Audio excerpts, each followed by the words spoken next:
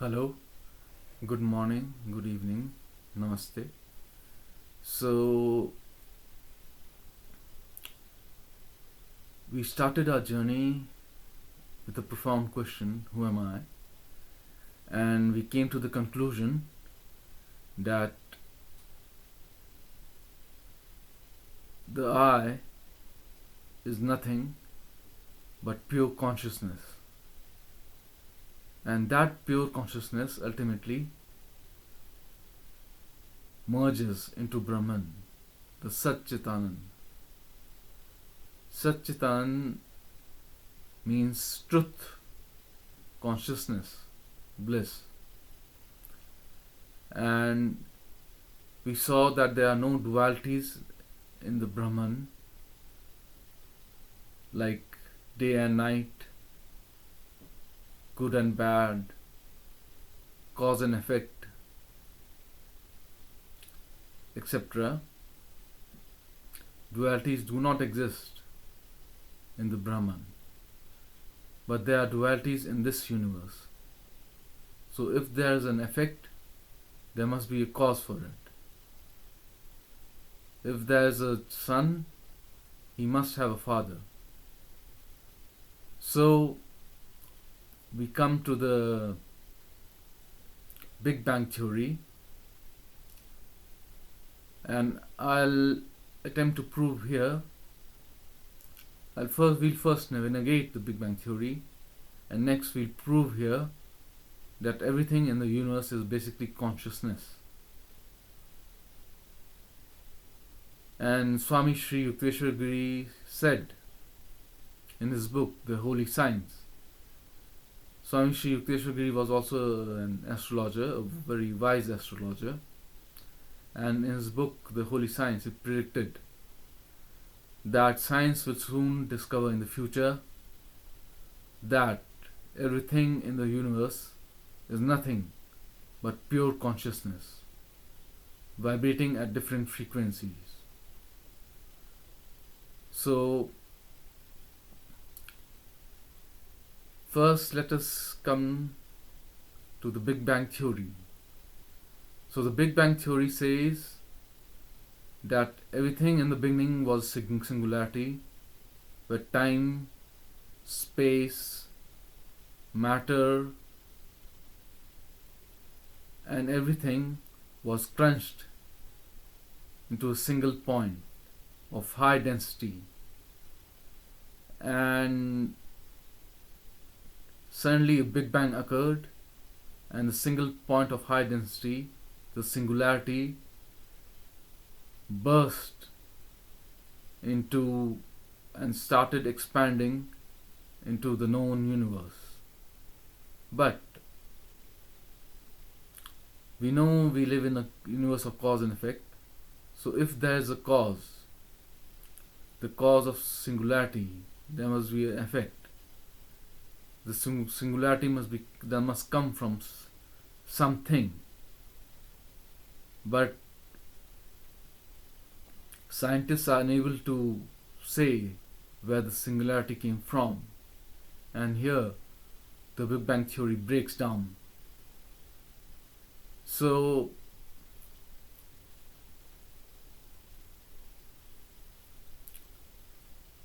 here we come to the concept of Brahman. Brahman is nothing but sat-chit-anand, truth, consciousness, bliss. And Shakti is dormant in Brahman.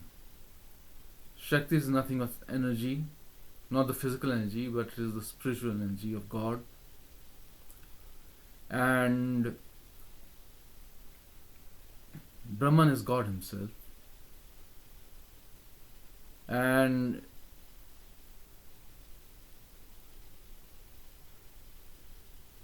Chit is consciousness.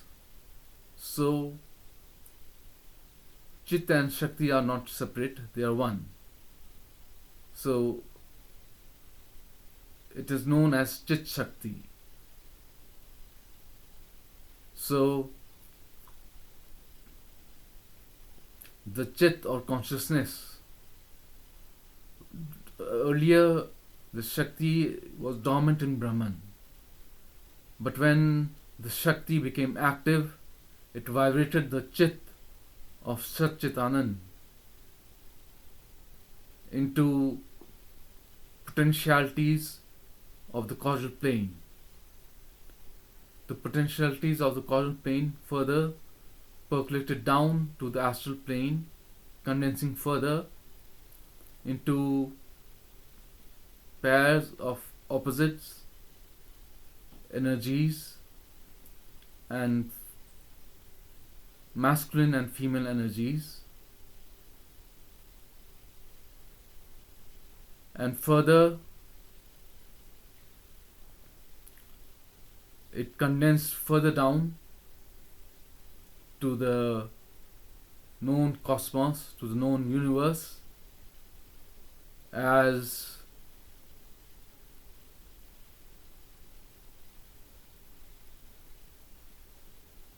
yes, it condensed down to the known universe as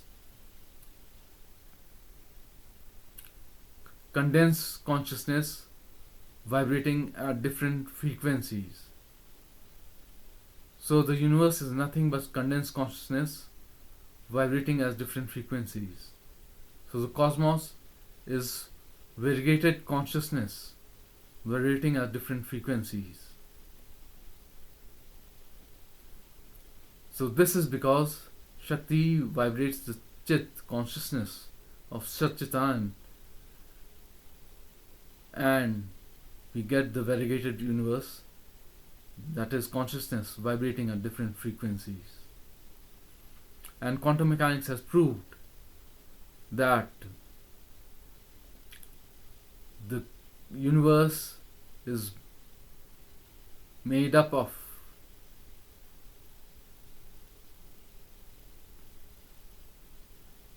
quantum particles vibrating at different frequencies to large galaxies that vibrate at different frequencies.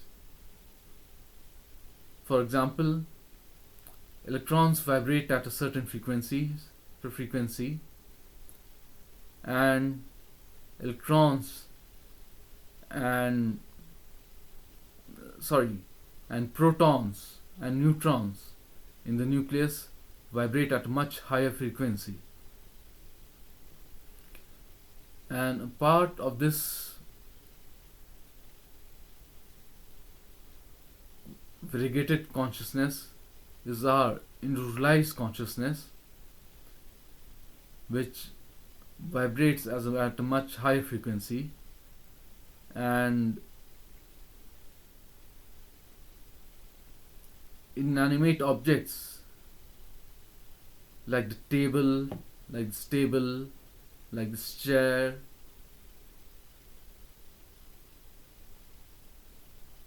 etc., vibrate at a dense frequency. And then we come to the consciousness of plants that vibrates at a high frequency. Consciousness of animals vibrates at a much higher frequency, and the consciousness of man vibrates as a much higher frequency. So everything in the universe is basically consciousness vibrating at different frequencies. That is, it is Chit Shakti, consciousness, conscious energy, and that energy vibrates the consciousness at different frequencies.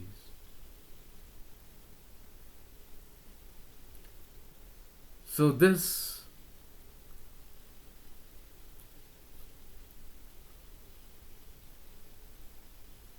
brings us to the very fundamental question: how the universe was born.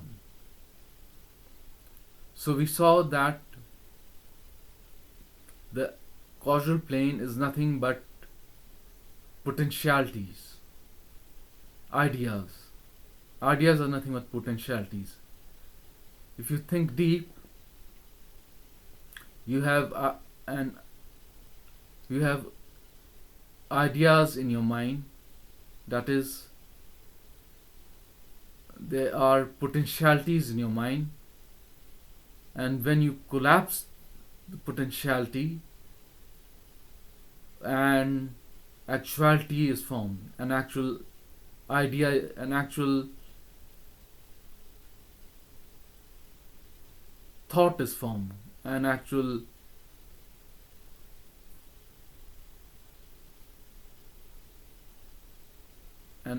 idea is formed, which is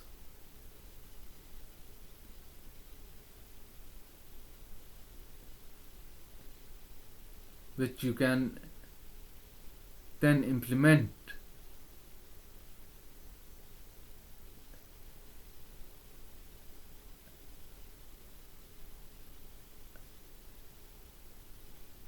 in the universe.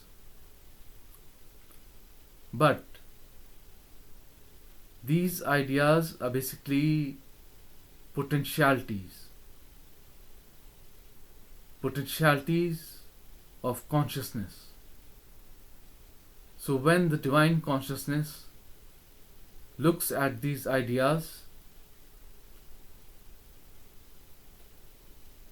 or when the divine consciousness looks at its causal potentialities, it collapses these potentialities into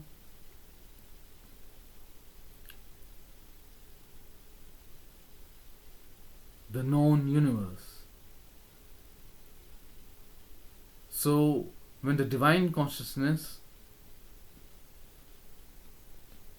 observes these potentialities, it collapses the potentialities into the known universe.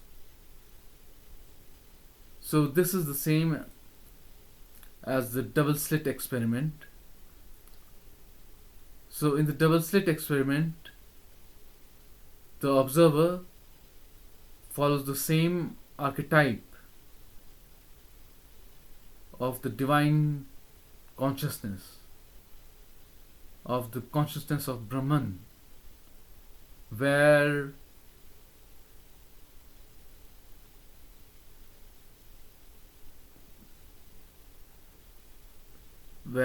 when the focus on potentialities converts the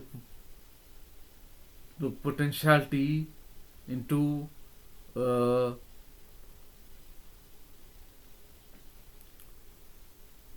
an actuality, into an actual electron.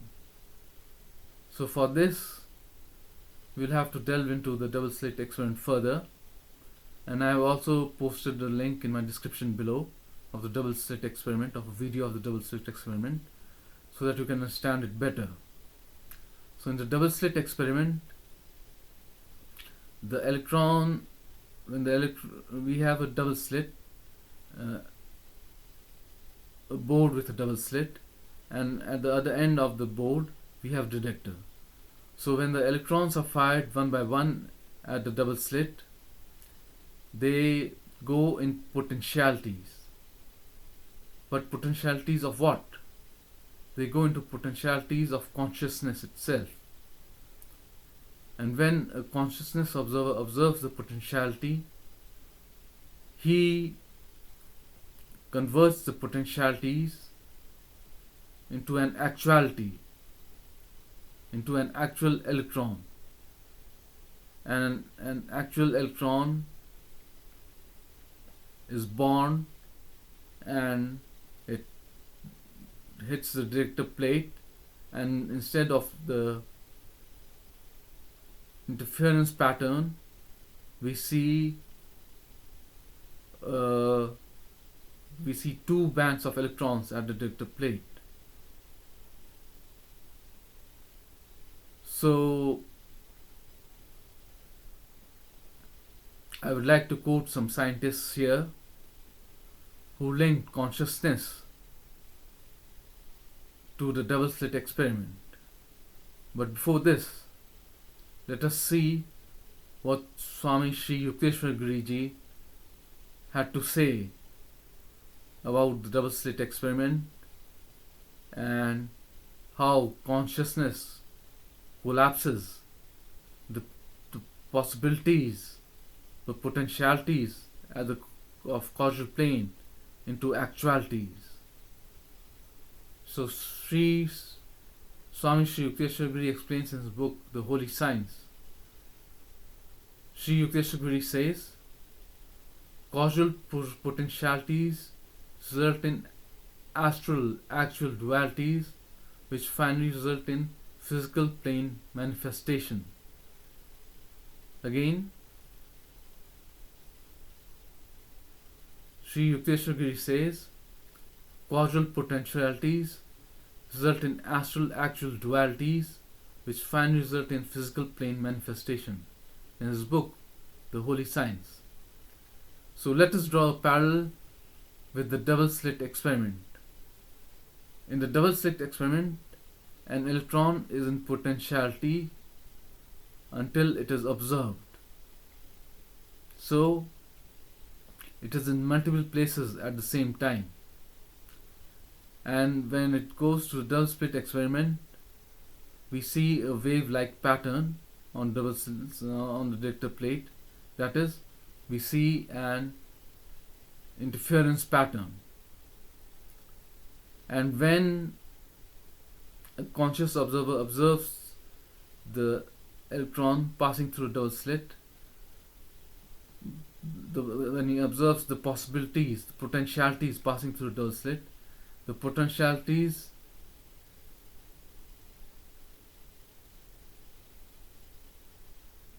collapse into an actuality, into an actual electron, and an actual electron is born, and the electron hits the double slit, it hits the detector plate, and we see two bands of electrons rather than an interference pattern.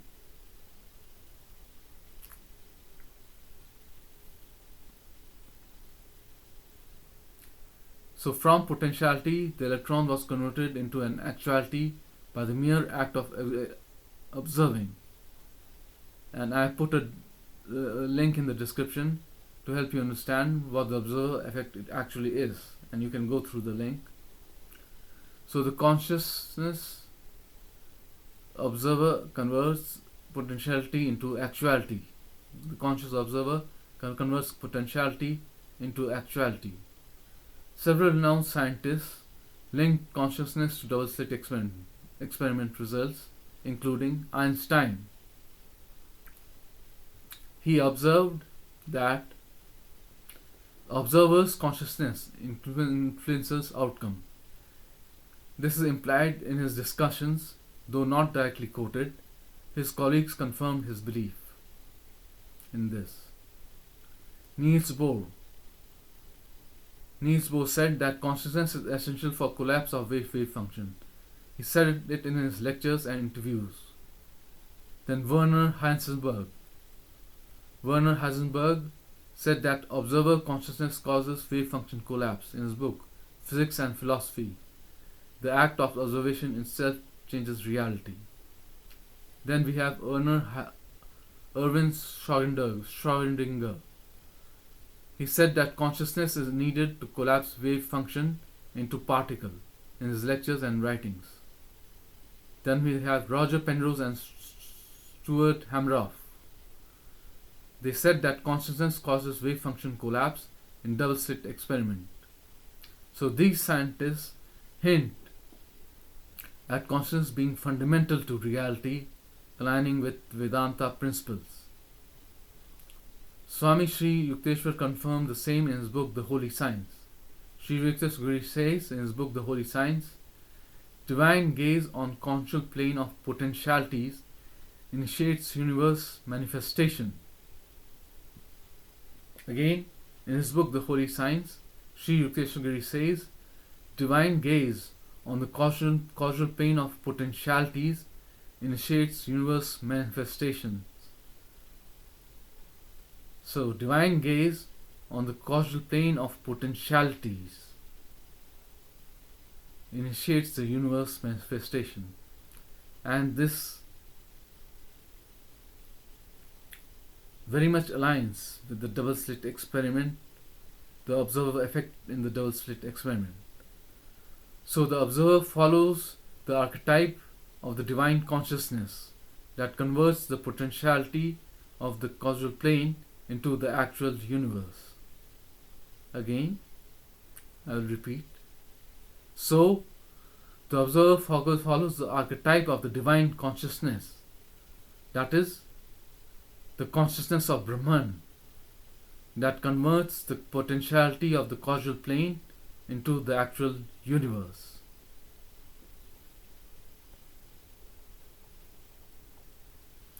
Next, since everything in the universe is basically consciousness, that is, consciousness vibrating as different frequencies, but basically it is all consciousness. So everything is one. And thus we see non-locality, that is entanglement in quantum mechanics. Entanglement means that if something happens to one entangled particle, it instantly affects the other, no matter how far the distance. Experiments by scientists like Alan Aspect proved that entanglement shows reality is non-local and interconnected. Non-local means connected everywhere instantly. No distance of space matters. Things affect each other immediately, anywhere in the universe. Or even simpler, instant connection anywhere. Swami Sri Yukteswar said in his book The Holy Science, consciousness unity explains entanglement, instant connections beyond space and time. Again, Swami Sri Yukteswar says in his book The Holy Science, consciousness unity explains entanglement, instant connections beyond space. So when everything is consciousness, everything is one, then the distance or space doesn't matter, because everything is one. When an correlated particle is measured or affected, it results in an effect to the other particle, no matter